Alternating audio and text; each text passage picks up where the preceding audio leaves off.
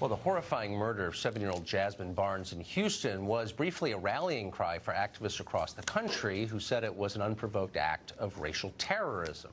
Scared people. Now police have made an arrest, and that storyline is changing. Trace Gallagher has a lot more on that. Trace?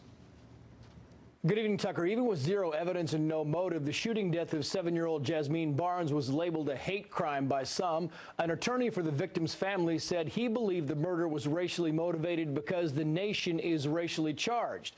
Jasmine was in a car with her mom and 3 sisters on December 30th when a vehicle pulled alongside them and opened fire. The family reported seeing a red truck with a white driver in his 40s, a description that led to a sketch and this statement from Texas Democratic Congresswoman Sheila Jackson Lee, quoting, "I believe, and having written hate crime legislation, knowing the criteria, I believe that this should be looked at as a hate crime." But 3 days later, New York-based social activist and writer Sean King got a tip that the suspect was a 20-year-old black man named Eric Black.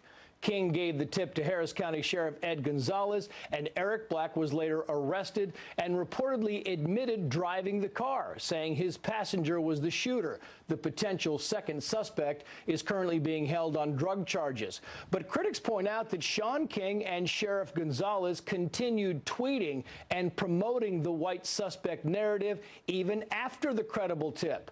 And Congresswoman Jackson Lee maintains that her hate crime statement was just fine. Watch. Absolutely not. Nothing is irresponsible when it comes to the loss of a precious 7 or 8-year-old. Investigators say Jasmine's death appears to be a case of mistaken identity. Tucker. These people are so irresponsible. It's unbelievable. Trace Gallagher, thank you for that clear-headed report. I appreciate it.